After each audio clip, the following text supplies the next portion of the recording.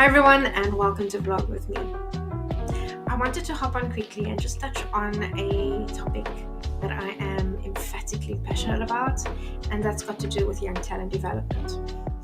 Because I think it's such an important discussion to have, especially in the current world of work. I think everything post COVID has really flipped the world of work as we know it on its head. Now, navigating young adulthood, if that wasn't tough enough, you also have to think about career and what would that look like. I think with the introduction of social media, now AI being in the fold as well, it has really opened up a new world of careers, a new world of what people and specifically now young people can do to eke out a living for themselves. So the intention of this video is really to preface um, a few more vlogs touching on this topic. I am also hoping to have some speakers or some guests with me on in front of the camera, that it's not just my face and not just my voice that you hear and that you see. Now, I just want to share a few thoughts. I'm not going to go too much into detail. I will unpack and uncover more detail going forward.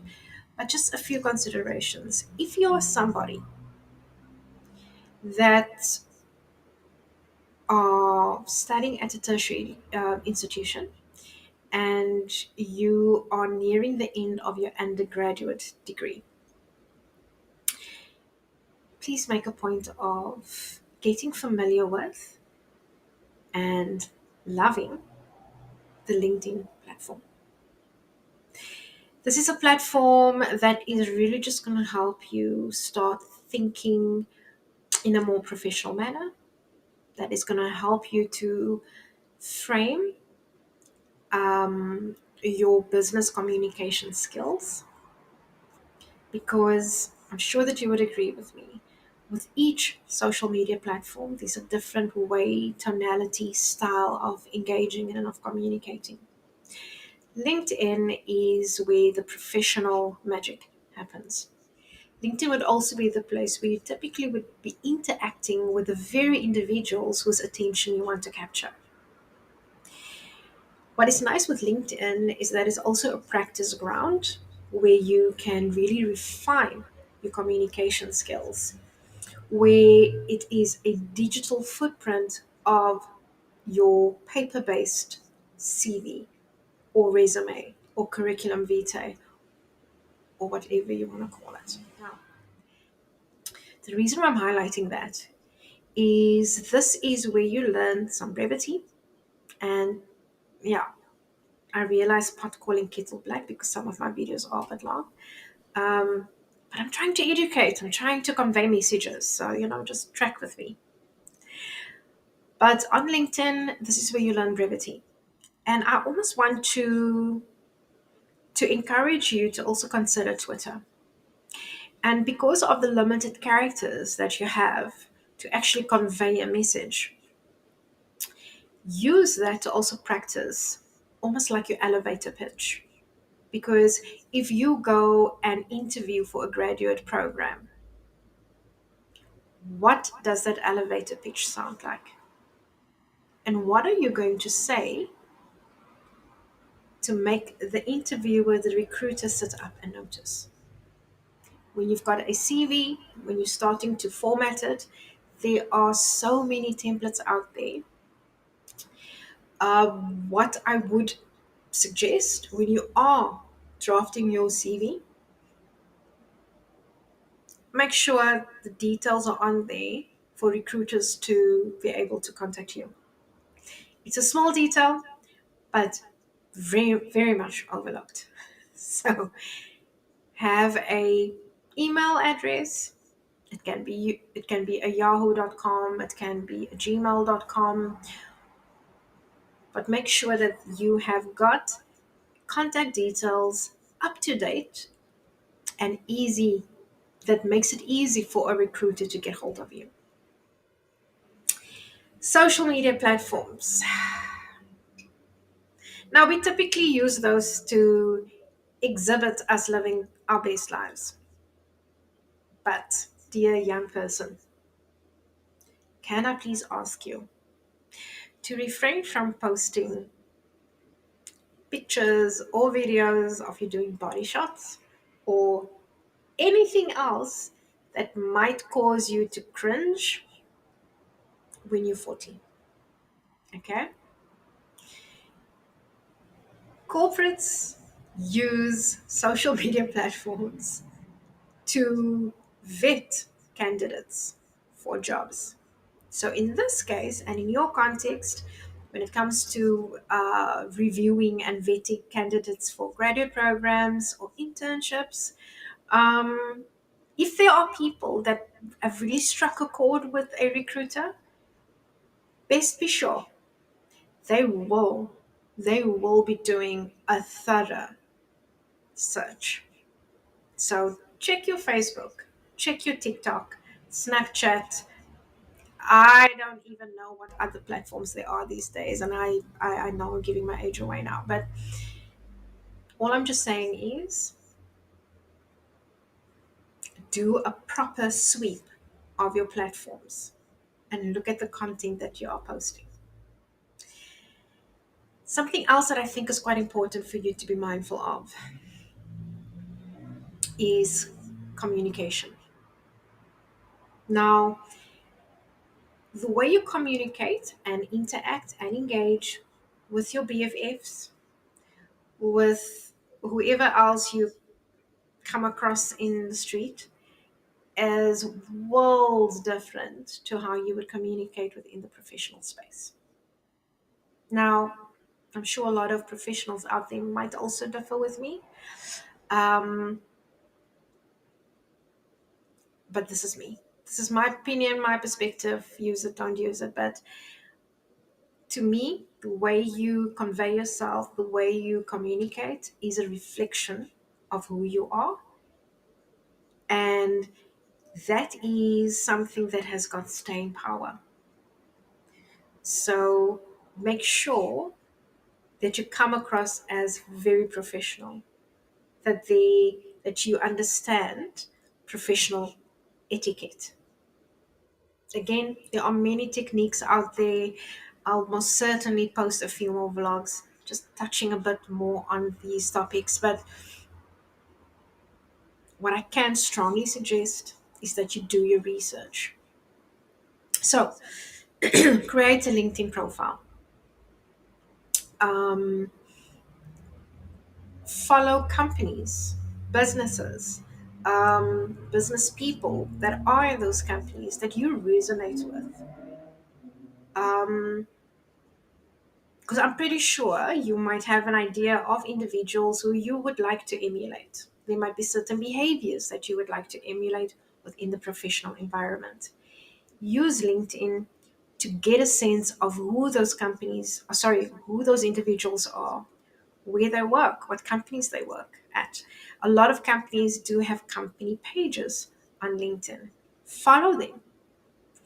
Um, I would also suggest that you get up to speed with general knowledge, what's happening in the news, what's happening globally, um, what's happening in the world of business. Because these are questions that recruiters, that business managers will ask you, especially also if you are interviewing for a graduate program. Right from the start, when you are being interviewed for an internship, that recruiter, that interviewer, is wanting to get a sense of why are you applying and why did you apply specifically to this company. So, do your research about the company. Don't waffle. Please don't waffle.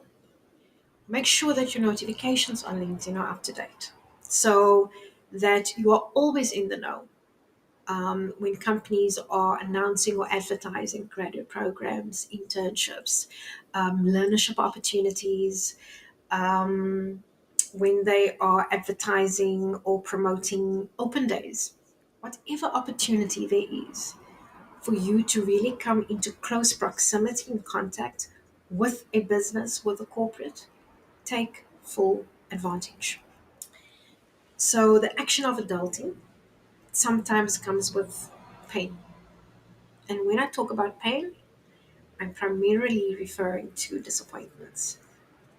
So be prepared that you are and might hear a couple of no's.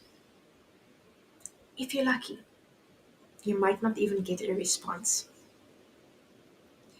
But do not lose heart. This is your first taste of resilience.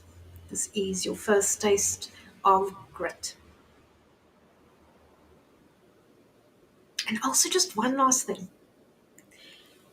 If you see somebody on LinkedIn that you think might be a great mentor, and you might be the type of individual that is very confident, please don't reach out to the person on Facebook.